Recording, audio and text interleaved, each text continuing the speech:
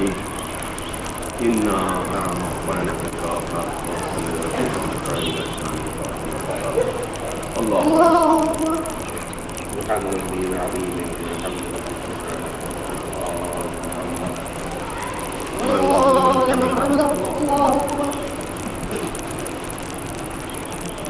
سبحان ربي الأعلى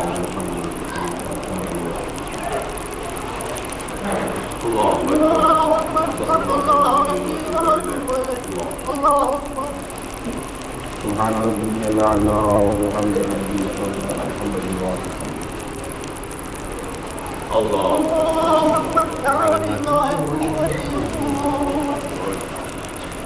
بسم الله الرحمن الرحيم الحمد لله رب العالمين الرحمن الرحيم مالك يوم الدين صراط الذين أنعمت عليهم غير المغضوب عليهم ولا الضالين الحمد لله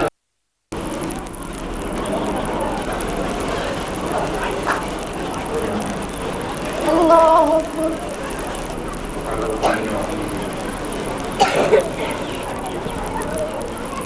الله لمن حمده الله سبحان الله الأعلى الله أكبر الله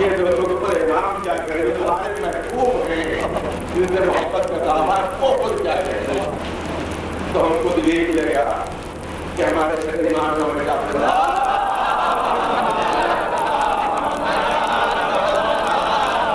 ہمارا راکب یہ کہتا ہے کہ نماز کی ضرورت نہیں ہے اصل نماز پڑھنے نہیں اور ہمارے امام شاہ فرما رہے ہیں کہ اگر کوئی بغیر کسی عذر کے بغیر کسی سبب کے صرف غفلت سے اور کاہلی کی وجہ سے اولے وقت نماز نہ پڑھے ہمارا ذاکر تو کہتا ہے کہ نماز پڑھنے کی ضرورت نہیں اور امام کہتے ہیں کہ جو بغیر کسی سبب عذر کے صرف کاہلی میں صرف غفلت کی وجہ سے اب بھلے وقت نماز نہ پڑھے تو 3 مرتبہ کہا کہ وہ ملعون ہے ملعون ہے ملعون ہے 3 مرتبہ اور پر لعنت بھیجی جو بغیر کسی سبب کے نماز نہ پڑھے تو امام تو کہہ رہے ہیں کہ اگر آپ بھلے وقت نہ پڑھو تو میری لعنت ہے اس پر اور ہمارا ذاکر کہہ رہا ہے کہ اصل پڑھنے کی ضرورت نہیں ہے تو اب مجھے بتاؤ کہ اس کی بات کہاں رہی ہے امام معصوم کی بات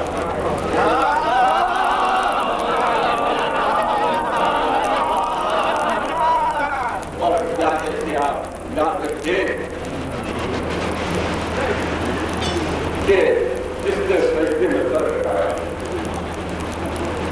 وہ کیسے گوارا کرے گا تو یاد کے زمانے رہی ہے کہ جس نے سجدے میں سر رکھایا وہ کیسے گوارا کرے گا اس کے ماتم دار رہے گا وہ کیسے گوارا کرے گا اس کے ماتم کرنے والے سے سجدے میں آپ یاد رکھیے کہ آپ رات بھر شبیداری جاگتے ہیں کہ یاد رکھیے چاہے کوئی کچھ کہے لیکن میں یہ نہیں کہوں گا یاد رکھیے کہ رات بھر شبیداری کے بعد اگر نماز تو ہو گیا تو رکھنے والا اس سے زیادہ تکلیف دے بعد ایمان ہو رہے گی کیونکہ نماز کے لیے اس سے زیادہ تکلیف دے بعد اس کے نہیں ہو رہی ہے کہ میرے ماتمدار نے رات بھر ماتم تو کیا لیکن اس نماز میں میرے سر کٹا دیا اس کو سو رہا یاد رکھیے آپ نہ شہدادی کالج برابر آپ مجلسوں میں شہدادی کالج میں دوسرا ہوتا ہے کہ پیاری ماں تو کچھ رہا لیکن اس ماں نے بھی اس لیے حسین کی چاہت گوارا کی تھی کہ دین بچ جائے دین پائمان نہ ہو اس لیے امام حسین کی چاہت کہ دین پائمان نہ ہو وہ ماں کیسے گوارا کرے گی کہ دین کو پائمال کر کے اور اس کے بچے کی غداری ہو دین کو پائمال کرنا ماں کو منظور نہیں ہوگا کہ اس کے لیے اس نے اپنا پورا گھرانہ لگا یہ بات آپ کو یاد رکھنا ہم سب کو یاد رکھنا ہے کہ اس میں شہدانی بھی کچھ ہے امام حسین بھی کچھ ہے کہ ماتم بھی ہو نماز ماتم بھی ہو اور مجھ سے پیدا کی جاتی ہے ماتم بھی ہوتا ہے ماتم بھی ہو نماز بھی ہو اور یاد رکھیں آپ شب بھر آپ نے ماتم کیا اور صبح کو صرف 2 رکعت پوری رات ماتم کیا ہے صرف 2 رکعت نماز پڑھ رہا ہے تو شب بھر ماتم کرنے کے بعد اگر صبح کو 2 رکعت نماز آپ نے پڑھی تو رات بھر ماتم کا ثواب بھی 1000 گنا بڑھ جائے گا اور 2 رکعت کا ثواب بھی 1000 گنا بڑھ جائے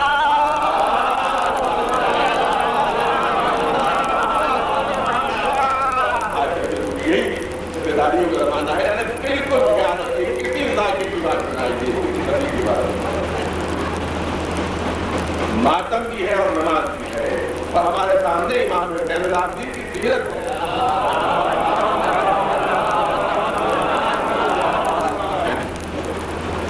سیرت ہے کہ پوری زندگی روئے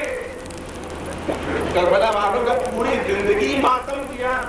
لیکن اس کے بعد کی عبادتیں اتنی تھی کہ زید العابدین عبادتیں اتنی تھی کہ سید الساجدین جس کا مطلب ہے کہ بہترین مثال ہمارے چوتھے امام نے پیش کی کہ ماتم بھی ہے گریہ بھی ہے غم امام حسین بھی ہے اور اللہ کے نام میں سجدے اور اطاعت الہی ہے صلوات اللہ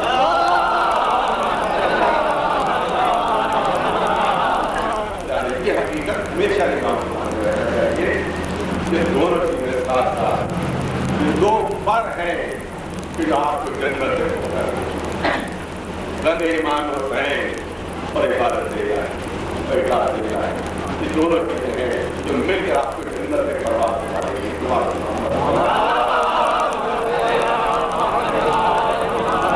اعلان ہو رہا ہے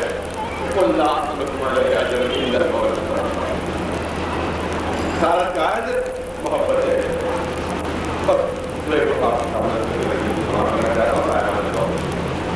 محبت کا حکم کیا جا رہا ہے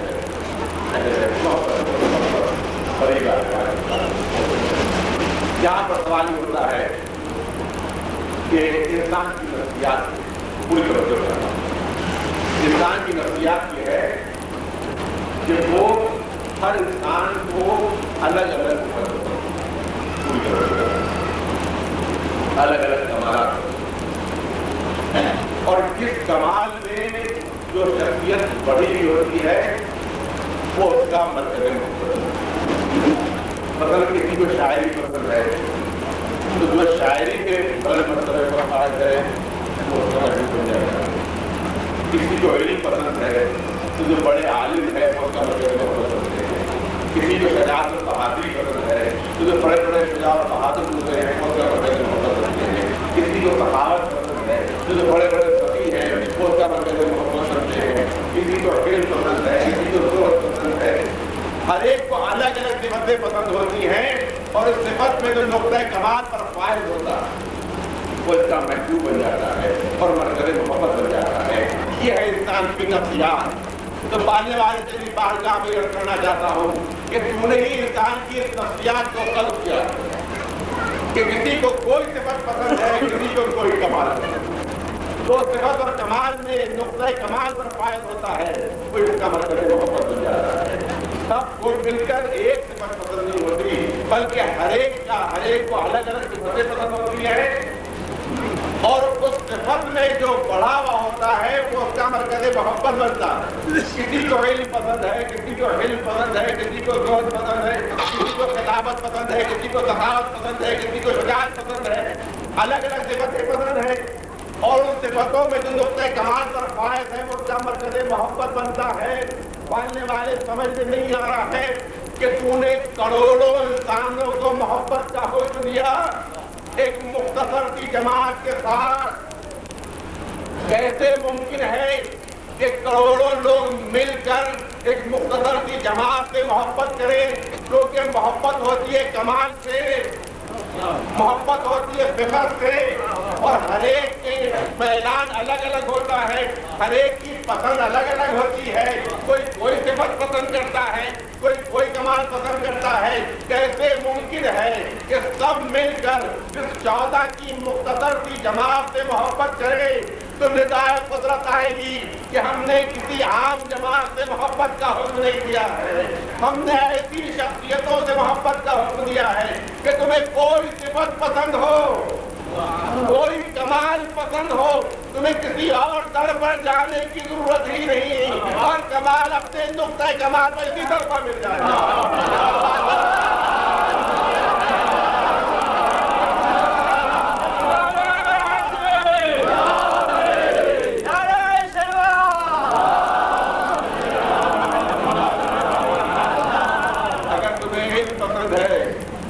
اور جانے کی ضرورت نہیں دنیا کے سب سے بڑے عالم یہی ہے اگر زہد پسند ہے تو ان میں اس سے بڑھ کر کوئی نہیں ملے گا کائنات میں شجاعت پسند ہے تو ان سے بڑھ کر کوئی نہیں ہے اگر تم کو سخاوت پسند ہے تو ان سے بڑھ کر کوئی فقیہ نہیں ہے اگر خطابت پسند ہے تو ان سے بڑھ کر کوئی خطیب نہیں جو صفت جو کمال پسند ہو وہ نقطۂ کمال پر یہاں بھی جائے گا بہت مختصر رحمت ہے صرف ایک رخصت کر کے آپ کی رحمت کو تمام کرنا چاہتا ہوں اگر تمہیں شجاعت اور بہادری پسند ہے تو ان سے بڑھ کر کائنات کوئی بہادر نہیں ان سے بڑھ کر کوئی شجاع نہیں ملے گا آپ دیکھیں ایک رخ ہے تو بہت پہلے میں نے سب کو تھوڑا پڑھا ہے ایک رخ سننا ہے آپ دیکھیں تو زمانے کے بڑے بڑے پہلوان ہوتے جب میدان جنگ میں جاتے تھے تو کیا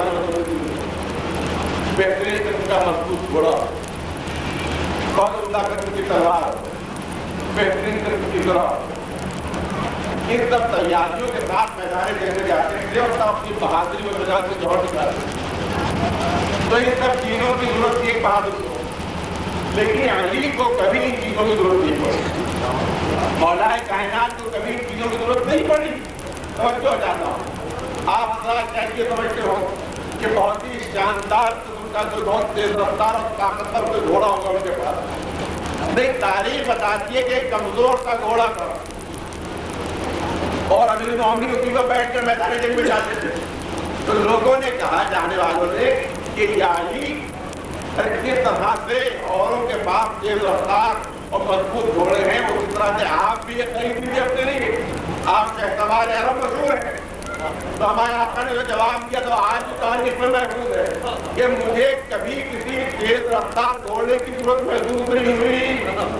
جو کہ تیز رفتار گھوڑوں کی ضرورت ان کو محسوس ہوتی ہے کہ ان کو میدان جنگ سے یا تو فرار کرنا ہو یا کسی حادثے کا پیچھا کرنا ہو. مجھے نہ میدان جنگ سے فرار کرنا ہے نہ کسی حادثے کا پیچھا کرنا ہے، مجھے صرف میدان جنگ میں پہنچ جانا ہے. اور یہ فریضہ ایک کمزور سا گھوڑا بھی انجام دے دیتا ہے، تلوار نہیں.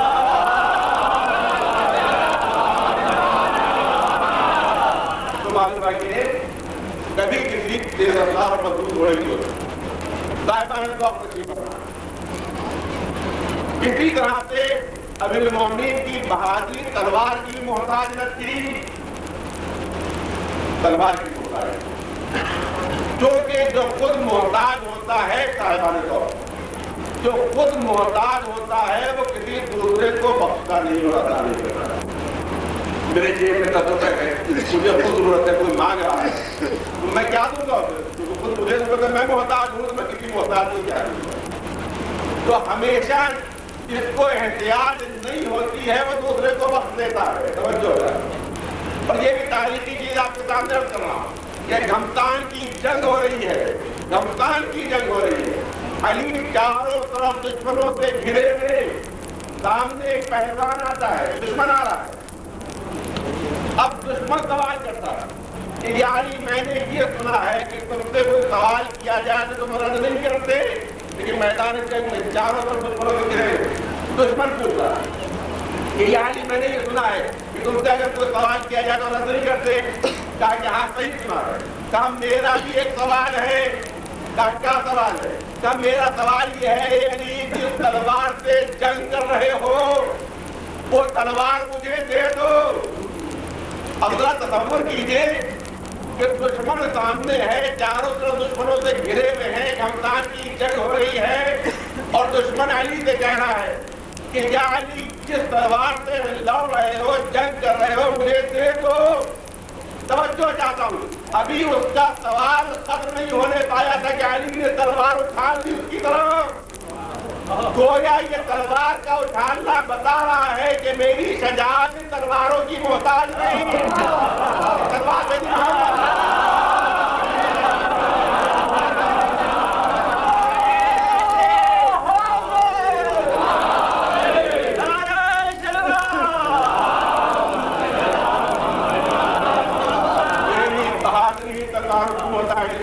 سے مانگی اور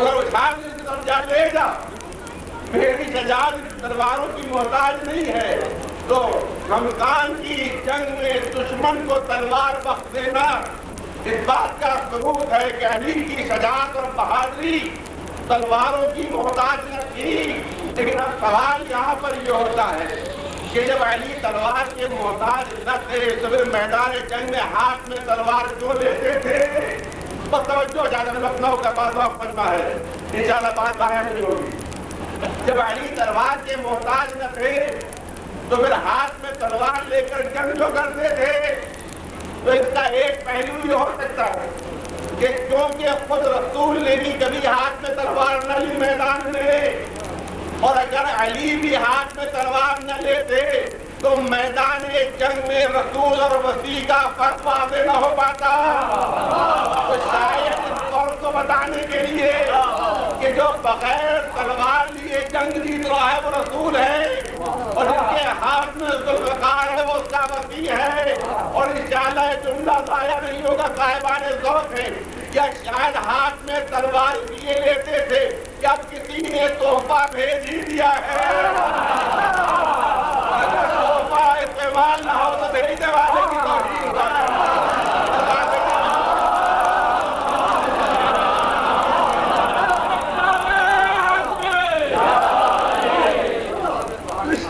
جو تلوار کے محتاج نہیں تھے وہ بدآخری جزید تھا۔ اسی طرح سے امیر المومنین اپنی بہادری کے لیے ذرا کے محتاج ہے، کیونکہ ہم تاریخ میں پڑھتے ہیں کہ پتہ نہیں کتنی جنگی مولا کائنات نے پتہ نہیں کتنی، اور صرف ایک مہین کا صرف ایک مہین کا، اور پورے جنگوں کو لڑائی کتنی جنگوں اور جنگ جیت بھی، لیکن جس پر کوئی لڑائی کی ایک مہین کا ہوتا، کبھی کبھی کبھی کبھی سینے کی طرف سیاہ رنگ کا ایک زرہ کا ٹکڑا کبھی کبھی ڈال جائے، سینے کی طرف زرہ کا ایک سیاہ رنگ کا ٹکڑا سینے کی طرف کبھی کبھی ڈال دیا کرتے تھے، لیکن علی کی پشت پر اور پیٹھ پر کبھی زرہ نہیں رہی، کبھی کسی جنگ میں یا تو زرہ استعمال ہی نہیں کرتے تھے یا صرف سینے کی طرف کبھی کبھی زرہ کے ٹکڑا ڈالے تھے۔ تو ظاہر کہ ہم بھی لگتے ہوں اور آپ بھی لگتے ہوں، لہذا اسی انداز سے گفتگو کرنا چاہتا ہوں کہ شاید کبھی کبھی زرہ کا ایک سیاہ کا ٹکڑا اس لیے ڈال لیا کرتے تھے کہ کہیں دشمنوں کی نظر بہادری پر نہ لگ جائے۔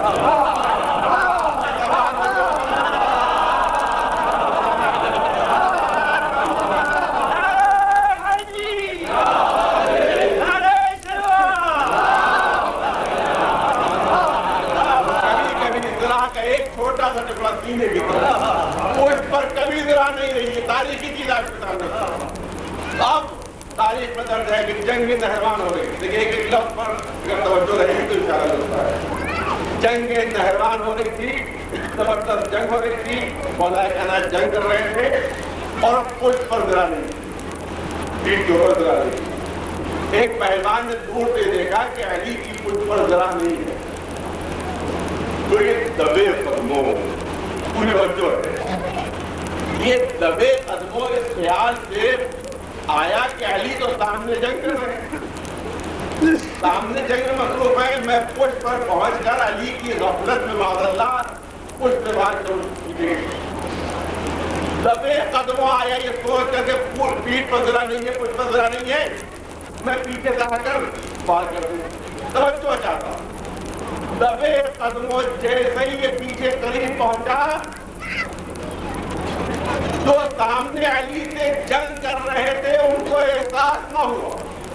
پوری توجہ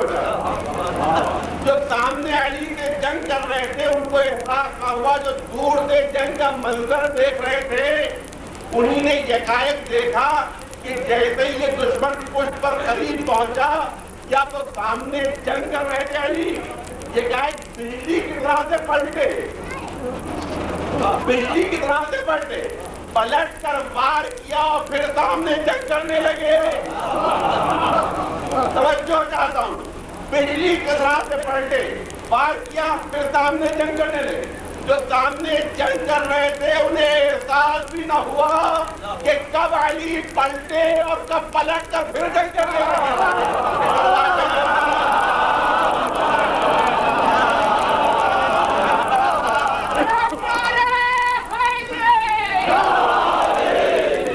مولا کائنات کی خدمت میں ہاتھ جوڑ کر کرنا چاہتا ہوں کہ یا علی پشت پر ذرا نہیں رہتی، کہیں یہ نہ ہو کہ آپ سامنے جنگ کر رہے ہو، دشمن معاذ اللہ غفلت میں کہ سامنے آپ جنگ کر رہے ہو پشت پر آ کے مار کر دے، یا علی احتیاطاً پشت پر ذرا رکھا کیجیے۔ تو شاید علی جواب دے کہ اگر پشت کی طرف سے غافل ہونے والا ہوتا تو عین اللہ کا لقب نہ ملتا۔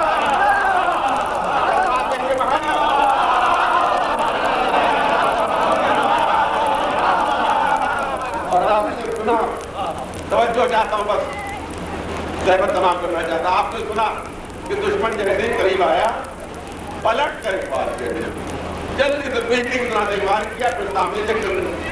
اب پھر میں مولا کائنات کی خدمت میں ہاتھ جوڑ کر کروں گا کہ یا علی آپ نے جلدی میں ایک بار کیا، میں نے آپ کے سامنے کیا کہ پلٹ کر ایک بار کیا پھر سامنے جنگ کرنے لگے. یہ پلٹ کر دیکھا بھی نہیں کہ دشمن مرا ہے یا زندہ ہے، زخمی ہے یا ختم ہو چکا ہے، بلکہ ایک بار کر کے پھر سامنے جنگ کرنے لگے، پھر پلٹ کر دیکھنے کی زحمت بھی نہیں کی. پوری توجہ بتا رہا یا علی آپ نے جلدی میں ایک بار کیا ہے، احتیاطاً پلٹ کر ایک بار اور کر دیجیے. ممکن ہے کہ دشمن صرف زخمی ہو کر رہ گیا ہو، ممکن ہے کہ ہاتھ ہلکا پڑ گیا ہو، جلدی میں آپ نے ہاتھ مارا ہے، ممکن ہے کہ ہاتھ ہلکا پڑ گیا ہو اور یا علی سانپ چٹیلا ہو کر اور خطرناک ہو جاتا ہے. لہٰذا احتیاطاً ایک بار اور کر دیجیے. تو شاید علی جواب دے کہ اگر ہاتھ ہلکا پڑنے والا ہوتا تو ید اللہ کا لقب بھی نہ ملتا.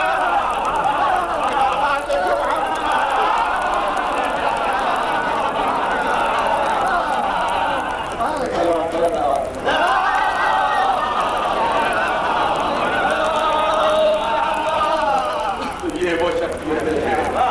جن کا بہادری میں کوئی جواب نہیں، جن کا شجاعت میں کوئی جواب نہیں. یہ اجازت دے کہ بہادری صرف یہی نہیں ہے کہ دشمنوں کو بند کر دیا جائے، بہادری صرف یہی نہیں ہے کہ پیمانوں کو ڈھیر کر دیا جائے، بلکہ حقیقی بہادری یہ ہے کہ قوت و طاقت ہو، لیکن اگر مصلحت نہیں ہے تو قوت و طاقت کا استعمال. یہی حقیقی بہادری ہے. یہی وجہ ہے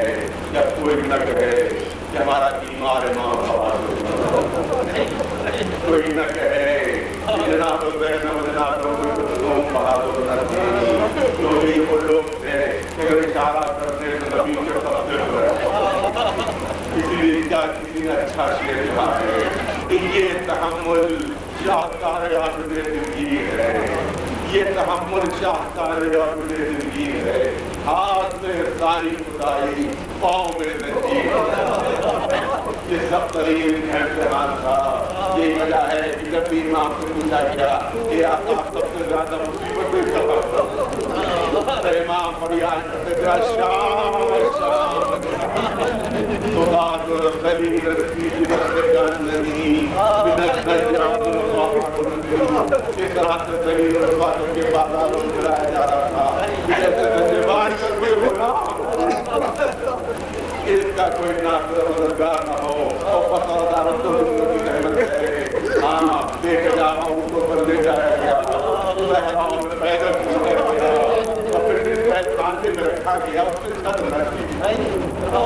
دیر کی اور ایسا قدیم مکان تھا جو زہریلے جانوروں کا روایت کہتی ہے کہ جب یہ خبر پہنچی کہ اس گھر میں ٹوٹے ہوئے گھر میں، اس ویران گھر میں کہ جہاں زہریلے جانور رہتے ہیں، اہل حرم کو قید کر دیا جائے گا. روایت کہتی ہے کہ تمام زہریلے جانور ایک جگہ جمع ہوتے ہیں اور آپس میں گفتگو کریں گے. ہمیں خبر یہ ملی ہے کہ آل رسول یہاں بیٹھتے ہیں. ہمیں یہ بھی اطلاع ملی ہے کہ ان کے ساتھ چھوٹے چھوٹے بچے ہیں. ارے کہیں ہماری بے خبری میں کسی بچے کو اذیت نہ پہنچ جائے، لہٰذا جب تک اہل حرم جہاں رہیں گے ہم اس گھر کو چھوڑ دیتے ہیں. ارے ان انسانوں سے تجھے زہریلے جانور بہتر تھے کہ جن کو پہلوں کا خیال تھا وہ انسان کہتے تھے جو سکینہ کے تماچے مارتے ہیں، وہ انسان کہتے تھے جو بچی کے کانوں سے وہ عبادت کی ایک سال تک زندان شام میں رہے. مگر آپ یہ نہ سوچیے گا کہ باغوں سے رسم کھول دی گئی. آپ یہ نہ سمجھیے گا کہ ہاتھوں سے ہلّا اتار دی گئی، پیروں سے بیڑیاں کھول دی گئی تھی، گلے سے سونپ اتار لیا گیا تھا. نہیں، ایک سال تک قید میں رہے، ایک سال تک قید میں رہے. بیمار امام کے ہاتھوں سے بیڑیاں گلے سے کوئی کہے کہ تمہارے پاس کیا ضرورت ہے، تو میرے پاس تعلیم کی ضرورت بھی ہے. اللہ تعالیٰ کان بھر سب قید میں رہے. اگر شروع ہی میں یہ قوم کے لیے سے اتار لیا گیا ہوتا تو پورے سال میں گلے کا زخم اچھا ہو جانا چاہیے تھا، منتقل ہو جانا چاہیے تھا. لیکن ہم کیا سنتے ہیں کہ جب یہ لٹا ہوا فاصلہ واپس مدینے پہنچا، محمد کیا پڑھے ادھر سے بیمار تھا، جیسے ہی چچانے بھتیجے کو گلے لگانا چاہا، امام تڑپ کر پیچھے ہٹے، ایک چچا کے تن پر ہاتھ رکھیے گا، ابھی تک تازہ ہے، اللہ پورا سال گزر گیا تھا، ہاتھوں سے ہٹ کرنا نہ پیروں سے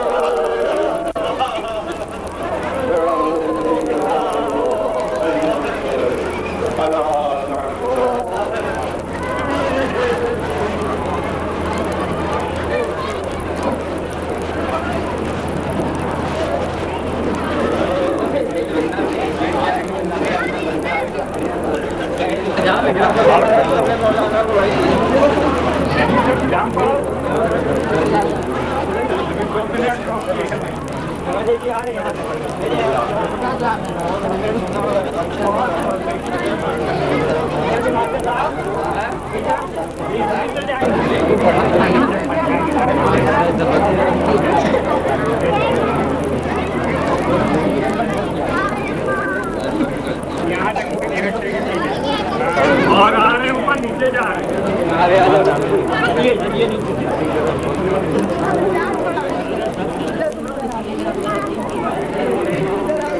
ابھی تم لوگ اوپر نکلنے دو